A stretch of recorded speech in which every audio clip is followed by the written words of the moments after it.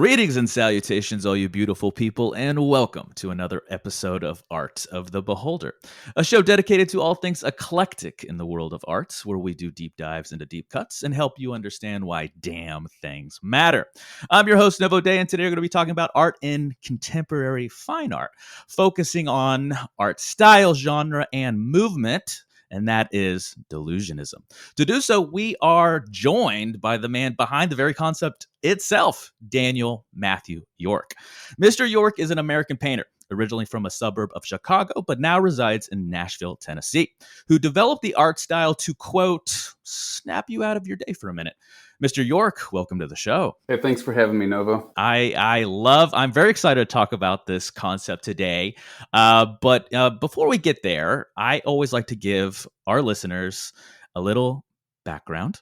So first, tell us, how'd you get started and kind of what led you down this path? So how did we get here? You know, it's like anything else. You end up sort of falling into what you do, right?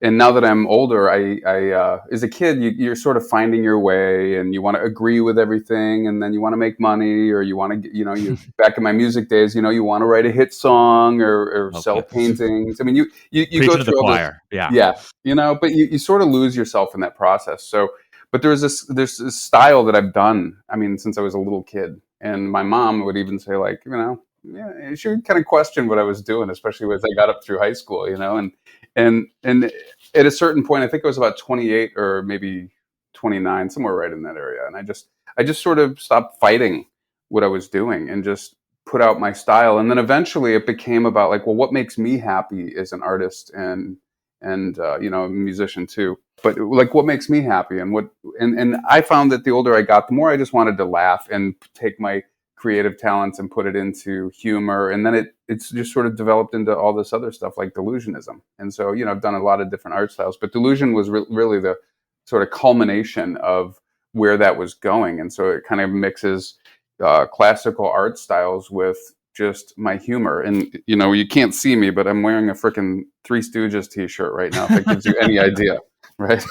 Yeah. So let's dive into Delusionism art itself. So tell the good people what is it and how did it come to be? Well, it's a word I made up, really, and not delusion, of course, but Delusionism, and that was road trip with your daughter, I believe I read. Pretty much, yeah. I mean, we were sitting there chatting. My daughter's also an artist; she's an author, and we were sitting there chatting one day, and I was like, I don't fit into any of these other categories. I'm not a surrealist. I'm not into these. I'm not like postmodern expressionism. I'm just not into any of these categories. So we were trying to find a word and talking it out, and that was the word that we ended up coming with. And it just sort of developed into other things. If some people ask, well, what the hell is Delusionism? Because it sounds all complicated. and I go, in short, it's really almost like just comedy art. And then when other people describe what I do, they're like, well, it's almost dark comedy horror art. And, some of the stuff is kind of creepy. Like, I'm working on one right now that I have a working title called Dark Angel. And it's not really meant to be horror or dark. It's just, I like a lot of drama. I do kind of like things like Rembrandt lighting, chiaroscuro lighting, which is just one light source. So it has lots of drama. And it just comes out that way. I just do it until it makes me laugh. Put one tooth in there. Or like, I'm working on one right now where it has this lady with no teeth, and it's or the eyes. The eyes. Yeah, are big. You got to have googly eyes. I mean, how can you paint the teeth without googly eyes? Yeah, it looks like your subjects include a lot of people, right? You like to focus on people and give it this unique spin, obviously, with the humor aspect. So, just kind of dive into the process. Like, do you pick your closest friends? Do you see a model in a magazine, and then you want to kind of deface it, skew it, manipulate it into this comedic stint? Like, how do we get to the other end? Well, I mean, from one artist speaking to another, all of the above. You know how it goes. Like, if you're writing a song, sometimes it just comes to you and you're like, oh shit, I better write that down. And sure. Like, I was reading an article where Kanye, he'll just all of a sudden have like Jesus Christ, yeah, don't get us started about Kanye. No, believe me, I won't get you started on Kanye. We'll probably get canceled just from association, just from talking about him. We're gonna get canceled, or it'll shoot through the roof. You never know these days. Damn, yeah. But one of his things that he'll do is, he was talking to, I forgot what interview he's doing, but he'll get a stroke of something at whatever time and he writes it down in Apple Notes. And I'll do that sometimes. I'll get a Okay. concept of something and I'll write it down in Apple So Notes. like a muse hits you and you write it down immediately. Sometimes. But then there's Ooh, other okay. times where I will hire models. And my process on that is, I really look for these, what I would just call an awkward moment. I'm not looking for a pretty moment. And when I hire models, they're like, oh, I want to, I want a model. I'm like, well, listen, I mean, you're going to end up looking like this. Are you sure you want the project? Is this the kind of Yeah, job you want? that's a perfect additional question to ask you. How do people respond to it when you book them for these things? When they see your work and they're like, I'm signing up for this, right? Or something else. Yeah, sometimes they say no. Okay. But then some people love it because it's not like any modeling project they've ever done. And I've never I Mm. used to do live shoots like body painting and stuff, and I've kind of moved Yes, on I out think I of that. saw one on your website. That's pretty Yeah, cool. yeah, most of those are sold and done, and it kind of ran its course, and then, but now I will use them for painting projects, and their faces almost never look how they really look. So they're into it. They're paid projects, but when you're in process, it's kind of fun because you'll sit there and you kind of just flow with it. I never really have a good plan, and I just start with it when they're there and start pitching the lighting and Hmm. start posing them in different things, and then I'll tell them to do very natural things. The weird thing is when they start doing the very natural things and I get them in that moment that they didn't expect. They might be pulling up their hair or something like that.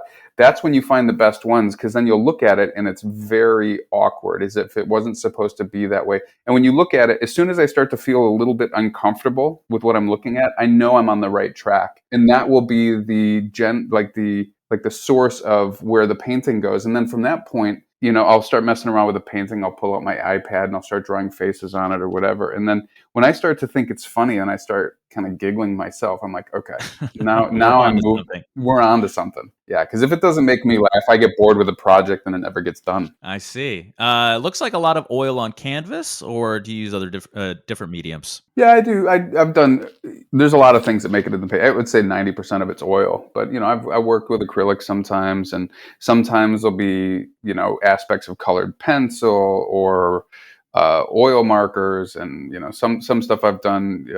Those oil pastel crayons. I've done entire works and almost crayon, but most of the time it's oil. I kind of get into a lot of the old master techniques, and I really like a fan of things like glazing, which I guess is kind of antiquated with a lot of these new artists. But there's like kind of a glow that you won't really see in a photo, but when you see it in person, it kind of brings a life to it. And it's a slow process with oil because it has to dry. But it just, to me, it just has this glow and this aura, that something that I like to into the pieces. But when I want to work on something faster, I'll obviously do something like acrylics, and because acrylic dries fast, you work pretty quick in that. So, it goes all over the place. But I would say that the most interesting aspect of my process is that you want a painting to have a life and a personality. Like I always kind of make the joke about going into Kohl's and buying art off their wall for $50. And, it has no personality. People are buying that to match their fucking rugs, for God's sakes, right? Sure. And Yeah. and when you're buying something like I do, or any other artists that I look up to, you're not buying it for that. You're looking for a statement piece, something that has a real personality. So for me, it's not really so much the process. And frankly, as with all artists, as you know, your process kind of takes on a life of its own. Everybody has a slightly different process, and my process is based in traditional roots, but has gone on to whatever the hell it is now. But I would say that the development of the character is critical for me. Like they have to have a life, and there's certain pieces that I will never sell and will never see the light of day because they just didn't take on that life. And it's almost like you sort of imbue a character and a personality and an attitude. And if that attitude doesn't come out of the painting, it's not leaving my place. That's a good segue to how you want to leave your mark, essentially. So you said that your art style provides an escape from the everyday delusion that you made your life into. So what is that delusion of our everyday lives, and why do we need to escape it? Well, I kind of make like I said, I've kind of bored the definition of delusionism down into like comedy art. But really, originally when I was developing it and kind of landed on this concept of it, like delusion is a false idea. If you ever look at the Latin base of the word delusion, you're into this fucking false idea of what everybody else is seeing. And that's kind of how I feel we all became as adults. You're forced to pay taxes, you go get jobs, you got to pay your rent, you got to do this other stuff. And then I always make the joke, like, yeah, when you get around your high school buddies, you show up and they're like, "What up, loser?" And that you get into this real personality that you are. And so as you grow, you kind of come back to that, and you Yeah. stop trying to be what everybody expects you to be and act how everybody expects you to act. But not everybody does that. And so, like, for example, I was on a date one time years ago, and I was talking to this girl who was very professional, all done up. I mean, she just had this whole persona. And then as the conversation got more and more interesting, all of a sudden this little girl came out. Like, she just became herself, and she stopped all this personality bullshit. I call it acting. Like they're, Yeah, like I feel like totally, every date's a dude. job interview, and you're always going to kind of act, Hmm. as Hmm. to what you want. You want to create what you want that other person to think of you as than what you maybe actually are. Totally, totally. Yeah, And then when I got further into the date, it's almost like I could look through this whole facade and like this whole life of clothing that she's put onto her personality. And all I saw in there was like this little girl who wanted to get married and have her dream wedding, and like a 6-year-old girl. And sure. and that's really, to me, the delusion is when you look at a piece of mine. Like if I'm in a gallery with other artists, for example, people don't come up to mine and go, "Wow, this is a really, really beautiful piece of art." I don't think I've ever heard the word beautiful when people look at my stuff, but they do come up and they snigger and they laugh at each other, and they point. Do you get anybody that's very critical? I was curious about that when I was researching your work and your. So how do you respond to them when people say, "Well, fucking art has to be, the art world has to be super serious," and yeah, how do you contest them? Fuck them. That's how I contest it. I Oh, mean, that's look, gonna be the yeah, tagline of our show. yeah, fuck them, Like in the man. liner notes, we're like, "Well, fuck them." I like that. I mean, look, man. I mean, good art is polarizing, dude. And if you're trying to make art that makes everybody happy, you're fighting a losing battle. And I do what I enjoy. Life's too And short too. Jesus Christ. yeah, Yeah. I know. You just, you find your audience. Not everybody is my audience, and if you don't like it, then you're of course not going to buy it. And so it's like you're not a fan, and it's like any of your favorite actors. Like I'm like you, man. I like all of the arts. I just love the arts. And so some of my favorite actors, people are like, "Oh, they're horrendous," and I'm like, Okay, let's "Okay, name drop. Who's your favorite actor? Who's some of them? ooh, Ooh. boy, that's a Oh tough yeah. I'm question." gonna put you on the spot a little bit through the show. Well, one of them that always makes my top three, because he's so fucking good in everything he does, is Anthony Hopkins. And Okay. Yeah. I've read a lot Good about him answer. because, well, everything you see him in, he's so there. And there's some actors where I call them over actors because they're Oh clearly they God. want Yeah. to be the star of the show, and you're like, okay, I get it. But he is always so there. And I read his process, and one of the things he does is he reads the lines 250 lines each line. He repeats Oh it wow. 250 times Gee, each Jesus. line, so Okay. that he can completely have the lines, in memory there. He's not Like thinking about the lines, but he's internalize totally perfectly. internalized. Yeah. And I just really, really respect him. But then I could go completely the other direction and tell you that I love 80s Arnold Schwarzenegger. I mean, it was just Mm. so corny, and I just love it, right? So it Like was fucking just, kindergarten cop kind yeah, of exactly. Schwarzenegger. Jesus Christ. Yeah. So You're let's like, do I, let's I do don't even understand what the guy said. Yeah. let's pull it back. Let's do a Novo pull back, and let's get back to delusionism. So you're saying, so let's review. You're saying that people are full of shit. They're kind of playing a role, Hmm. and you help to remind people that they're still kids at heart. So how do you respond to the critics of that? Because I could see a lot of people saying like, well, we're not all kids at heart. Some of us aren't even Well, they sick would people probably who be are. right. They would be probably right. Yeah, I just went up to Chicago a couple weeks ago, and I was in O'Hare. Okay, and there yeah, was this kid there. I mean, dude, this guy couldn't have been 19 years old, and he looked like he had a what's the thing, yarmulke, the thing that goes on your head, the yeah, Jewish people wear, and yeah. so he couldn't have been 19. This guy looked like he was like a 65-year-old accountant or something. Okay, Mm. and he walked like it. He walked with a hunch. I Careful. mean, well, he was, We don't want yeah. to bring Kanye back into Hey, this. we're not. Believe me, there's nothing touchy about what I'm saying. I was just he had this whole persona of like this super old soul, Yeah. right? And if that's him, then that's him. You know what I mean? So and we've all met old souls. You'll talk to some like I'm an old 10-year-old soul, kid. you know, Yeah. honestly. Hey, Yeah. you talk to an old soul. An old soul is an old soul, and then there's some young souls. The point of it isn't that, I'm saying everybody's juvenile. The point of it is I'm saying that everybody is themselves, and to the degree that they start to agree with the convention, and to the Mm. degree that they start to agree with what is expected of them by society or forced on them by society, is to the degree that you don't become yourself. And that's what the real delusionism is to me. Like you are who you are. Yeah, yeah. I feel like we've actually talked about this concept, this dichotomy, in some of our other shows where you can be. That's why I always joke I never went into acting, is because, Hmm. well, I'm a fucking actor in so many other aspects of my life. When I'm around grandma, I'm a different version of myself. When I'm around my closest friends, like you said, I kind of. We kind of turn into old college buddies again, kind of a thing. So I can kind of see what you're saying. So at the end of the day, you're trying to bring awareness to that reality. Kind of, yeah. But it kind of comes out on its own. You know what I mean? It's like it's like, let's say that, like, we use the date example. Let's say you go out on a date and it's a first Yeah, date and both people are kind of nervous, and you put on this, Novo date version. sure, Okay, so yeah. you want to be It's like, okay, one well, octave lower than my real yeah, voice, it's so one octave it's like lower. this. It's Your like this. language is cleaned up a little bit. You may dress a little different, and then you go home and you're like, oh, thank God that's over. If it wasn't a good day or whatever, and you take off your clothes, you put on your favorite sweatsuit. You probably blow a big Yeah, fart or my something because you've been jammies. Oh holding yeah. it in all night. Like.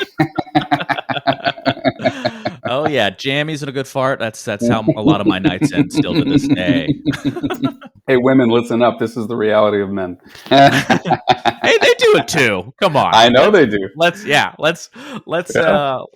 call a spade a spade. There we go. I always joke. I always like to think about the reality that we're not so different. Yeah, I know that we're literally the opposite sex from a Hmm. biological standpoint, but Yeah. we all have the same shit problems and want to be in our jammies and have a fart after the end of a date. So Oh, I big get it, time. ladies. Big time. Um, so needless to say, humor is clearly an important part of your work. Yeah. Um, would you ever, if you were commissioned, if you would you ever want to go off roading? Like if somebody was going to commission me for a piece. Sure, Yeah, I whatever. mean, you're okay with commissions, but I mean, somebody's got to understand it's going to be what I do. I'm not going Sure, to sure. do. It's So not you're like I'm going straight to do with them. some. You're like, I'm still gonna be me and do my style, and Yeah, exactly. Like if that's what somebody you're gives gonna me a get. photo of them and says, "Hey, can you do this photo?" I'm like, "No." I mean, you're going to have to come over and we're going to do like an actual photo shoot. And it's not really going to look like you. It'll look like a caricature of you. And it's going to be completely my style. So that's the kind of commissions that I do because I just don't want to get off. I'm like at the age where I don't want to get off my path. I feel like I'm on to what makes me happy. And I want to just keep moving in that direction. And I mean, you've called it, or you've maybe hinted at you would like delusionism to be a movement. Would you want other people to be inspired by your work and maybe even try their versions of that style? Yeah, I think it'd be cool for that to happen. I think any artist would love to have like the cubists, I mean, the early Yeah, cubists now have guys like George Condo, who's kind of moved into his own thing. And I'm a big fan of Condo because he's similar to me in that I feel like he just does what he does. But I mean, if you look at his work, it's clearly influenced by the early cubists. And I think that would be a great honor. I think it would be really cool. And if other people were going to get into that, I do think it'd be a positive thing if the original definition keeps on, because we live in a society now where, like I said, the conventions and the agreements are just very forced. And yeah, I'm completely against the polarization of society. Like, oh, let's hate these people for this reason and let's disagree with these people. Fuck that. That's what makes everybody interesting. Who wants to sure. hang around with themselves all the time? Like that's not interesting at all. So I do think that if they kept with the original concept that I've developed on being true to yourself, not only are you going to get differentiation, you're going to get more differentiation because everybody is so different when you meet them. And, you don't have to categorize people into politics and race and opinions and all this boring stuff that is everybody, there's an art gallery here, by the way. And they were hyper political. And there was In some good artists. Nashville? Yeah, yeah, Nashville, Tennessee. That's right. Okay. And Nashville's not really. I mean, it's kind of an up and coming art city. But it was pretty. It wasn't very progressive. It was very conservative when I got here, and they were very political with their art, and that's cool. Art can be very political, and that's fine. Yeah. But what they were doing was very boring, in my opinion. And some of the artists were pretty good. Technically, there were some of these guys are way better than I am technically, and I just found it to be very boring. It would have been more interesting if the gallerist didn't forward his own political views through his artists. And it just everybody can take that opinion, and now they're forward their art career on politics. And I'm like, okay, well, if that's what they're going to do, that's what they're going to do. It's just not my personal thing, Novo. I just don't think it's interesting at all. No. Let's dive into that a little further. I have always been, because my work is not for everybody, Mm-hmm. and and I respect other artists that are trying to push envelopes and see things in different lights and making. Yeah, definitely. Art is always a reflection of our own humanity, Mm-hmm. and putting that mirror up to us. I think that is important. Mm-hmm. And we actually had a show not too long ago with Alexander Parsons where we talked about people that do it almost for shock value, like the piss Christ, things like Yeah. that. I love that, artists like you and other contemporaries are still saying that let's not be put into this box. Let's continue to challenge and change and evolve, but still have that. It sounds like you're so inclusive though too.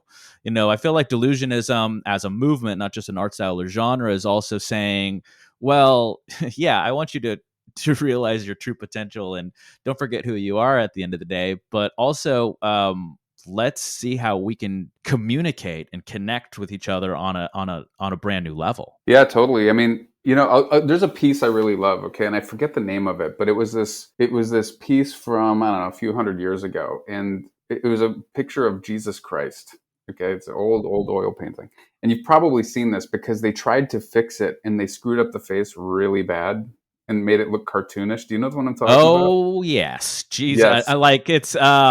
I actually was of the camp that I wasn't crazy about it, but given I'm guessing you loved the defacing. I loved it because you took an obscure piece that I don't think anybody in normal culture knew of, and all Yeah. of a sudden it's like one of the top pop culture pieces out there. Like it's like this running joke, and so the what's art about that to me is had that person not made that mistake, it would have kind of disappeared into obscurity. Well, let me push back onto you just a little bit, but the original piece that, it wasn't intended to look that way. It was intended where yours has clear purpose. Clear Yours intentions, yeah, are, yep. yeah, you're going to go, your finish line is going to look like these comedic focused pieces where the original piece was just a classic, depiction of Jesus Christ, and he and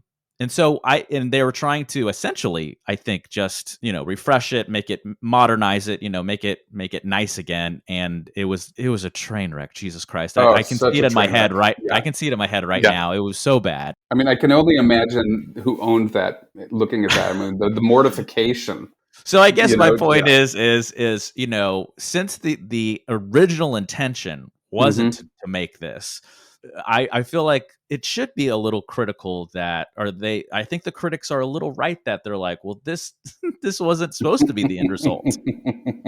Well, in that you're totally right. I mean, the artist would have been horrified. I'm sure the owner was mortified. I mean, you're totally right in that. My point in it is that it's kind of become this new thing. Was not originally intended, and I enjoy that. And I Yeah. think that is taking it away from the original artist and the Like a original happy intention. accident. It sounds like you're okay with, like, if something goes Happy completely accident. off the rails. I think, God, Jesus Christ, that reminds me of some of my earliest art teachers that said, like, a lot of amazing things have come out of your own mistakes with your own Hmm. art. Yeah. And I I don't know if I would agree with this particular one, but I think in the music example we were talking about earlier, it's like, yeah, if you go down a different path or have a different arrangement or use a different key or whatever the thing is, it can kind of show a different side of what your original vision was. So I think that has its place, but I guess the dichotomy is intention versus end result. Well, Will always you have make a a really fair problem. point because Yeah. like intention versus result. And my original intention sometimes when I start off a piece with an original intention, it ends up terrible. And some Really? that yeah, that's why a lot of times I've mentioned in earlier interviews, my process is really to just get into action and start doing something because of what you just said. That those happy accidents, the best songs I've ever written were riffs that I accidentally came up when I was just noodling around. I was like, wow, that was cool. I didn't intend Yeah. anything. Right. And my art is probably similar to what you said, where there's a lot of trial and error involved just to get something where you accidentally go there. And sometimes you're just not feeling it. So you just stop. I just go, okay, well, I'm not feeling it right now. I'm just going to quit and pick it up another day. Do you ever get to the end of a piece and feel like, God, like you still hate it or something, or Yeah, dislike it or whatever? definitely. Definitely. I mean, And you just I don't start over, back to the drawing board kind of thing? I think every artist goes through that where you'll keep trying too hard at something, then it gets overworked or overthought. And when you're overworking and overthinking it, I just put it down. And sometimes Yeah. I will put it Walk down away. for Yeah. yeah, totally walk away. And sometimes I'll come back to it, and it might like there's a piece I'm actually looking at right this second, and it's probably 2 years old, and I don't like it. Okay, everybody who sees it, they go, "I love it," and it's just I can't stand it. So you do that with your own work, where you feel like, God, I fucking hate this. Absolutely. Absolutely, Huh. but that's sort of a trick, and sometimes you have to shut up yourself and just let the audience do their thing, Yeah. and like all Well, these at the end of people the day, say it's they love always it, and interpretation, right? It's true. always, people either put themselves in the work or see what they want to see out of it. Exactly, and that's where you have to make a decision as an artist. You go, "Well, am I gonna send it out into the public, or am I gonna sit here and rework this thing again?" And it's funny because this particular piece, I'm like, I'm gonna rework it because it just doesn't have the product that I intend, even though it gets a lot of compliments from people on how, it's got very dramatic lighting, and it's done by candlelight, and it's a pretty cool piece from that perspective. It just doesn't have my personality that I want into it. So I've decided to work on that, but there's other pieces I've let out where I just go, it's done and it's got interest. So I'm like, it's done, even though I might not be 100% happy with it. But that's the trials and tribulations of an artist, like how many times are you 100% happy with every song you've ever written, or every piece you've ever done? I think you make a good point on the dichotomy of what I call paper versus practice too. Like it Hmm. sounds great on fucking paper, but then in practice it doesn't work, or vice versa. That's why Hmm.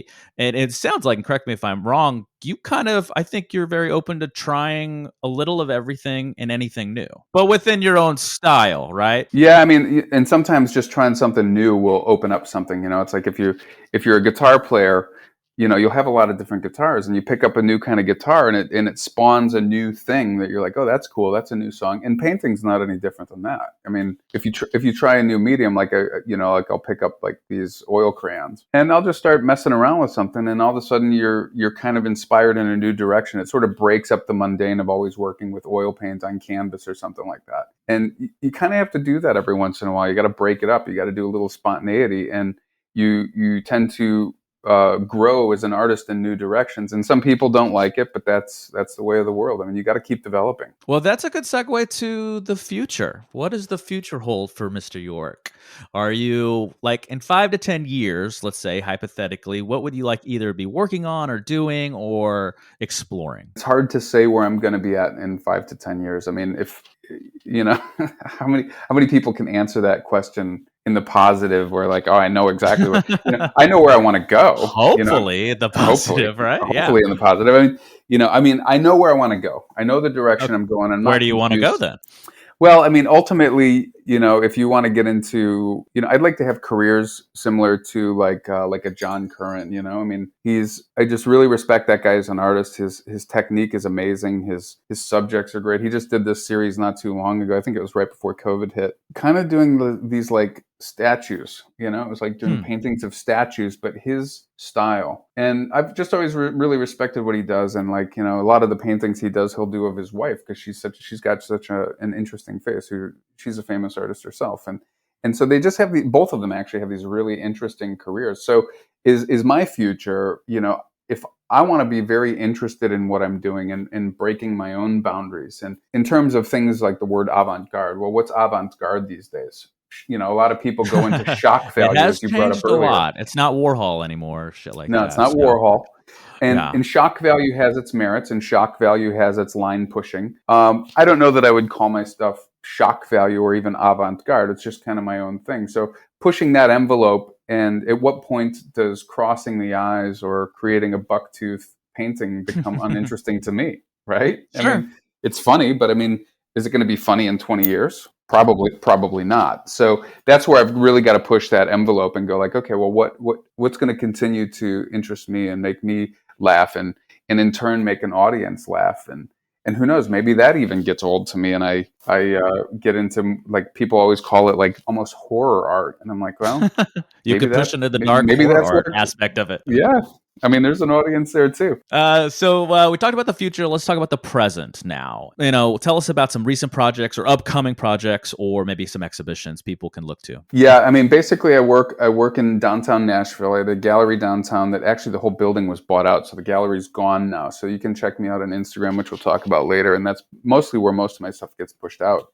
Hmm. Also my website, but there's quite a few pieces I'm working on right now. One of them I really enjoy because, as we were talking about earlier, inspiration hits you whenever the hell it hits you, and so Muse is around weird that town way. and Yeah. it's very weird that way. But around town here, there's these, you know those advertisements you get over male urinals. So when you're sitting there taking a leak, you can see the Oh yeah. ads, right? Oh yeah. There's Yeah. this picture that I just kept seeing in all these urinals around town, and it just made me laugh every single time I saw it. And there's a dog in it. Describe it. Describe it to the good people. It's got this man and woman there, and the guy's got all this gold jewelry on. I'm not going to say it's a local business, so I'm not going to say who it is, but Okay. Yeah. Yeah. it's got this guy here, but then it's got this I'm assuming his wife, and she's laughing, and they're both kind of all happy and advertising their business. But then there's this fucking dog, and this dog is looking at the camera almost like, what the fuck am I doing here? Yeah. And I don't usually paint animals, and so I'm painting this painting.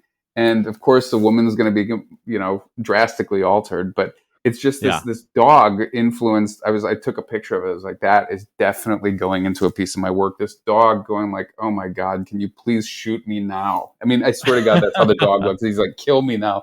And so that one is a pretty cool one that I'm working on right now that I'm pretty interested in. Yeah. So yeah, how do people connect with you? How do they see your work? How do they commission to maybe be in your collections? Yeah, how do they purchase your work? All the things. Give the good people the deets. Yeah, that's interesting. It's easy. Just go to my website, danielmatthewyork.com, and Matthews with two T's, the old biblical. I think that's the old biblical spelling, is it? I'm not sure about that. But Daniel Matthew York, two T's, and then also on Instagram at Daniel Matthew York. Well, Mr. York, thank you for joining us today. Yeah, I really appreciate it, Novo. It's been a lot of fun. Yeah, and enlightening us on the concept that is a delusionism. Guys, if you want to check out Mr. Daniel Matthew York, as he already said, you can check him out at his website as well. So that's just to the biblical two T's. Let's spell it out for him. So it's DanielMatthewYork.com. Daniel Matthew York. Now, before we go, guys, thank you for listening. But before we go, of course, we need to hear from a few sponsors. This episode is brought to you by the novel The Entropy Sessions, a tale of loss, love, and madness in our past, present, and future relationships with technology. Find it on Amazon and as an audiobook through Audible. The show is also brought to you by Zencastr. Zencastr is our go-to tool for remote podcast recordings. What's great is that you can record separate audio and video tracks, and it's all backed up on a secured cloud, so you never lose your hard work. Even better, it's easy to use, and there's nothing to download. So go to zen.ai, that's zen.ai/Art of the Beholder, and get 30% off your first 3 months with the pro account. If you like that, of course, you can check out some of our stuff at novodayproductions.com. There you'll find novels like The Entropy Sessions, as already stated, Adulteration, Post Meridium, Cancel Culture Lotto. Of course, you'll see ads for this show. You can check out some of our other shows here. Click this button. You know what to do. Guys, like and subscribe. Smash that like button. Do all the things. You know what to do. And if you'd like to sponsor our little love child or be on the show, you can do so by reaching out to us at novodaymedia@gmail.com. So until next time, be good to each other. And as always, good luck and Godspeed. We love you. Art of the Beholder is brought to you by Novo Day Productions. Created and hosted by Novo Day and the Novo Day Collective. Facebook.com/Novo Day Media, at Novo Day Media on Twitter and Instagram. Music by A Company. Facebook.com/ACOMusic123. ACO on Spotify. Logo design by Tom Justice, JESTUS, of thejusticecompany.com. And executively produced by Clayton Anderson. All rights reserved.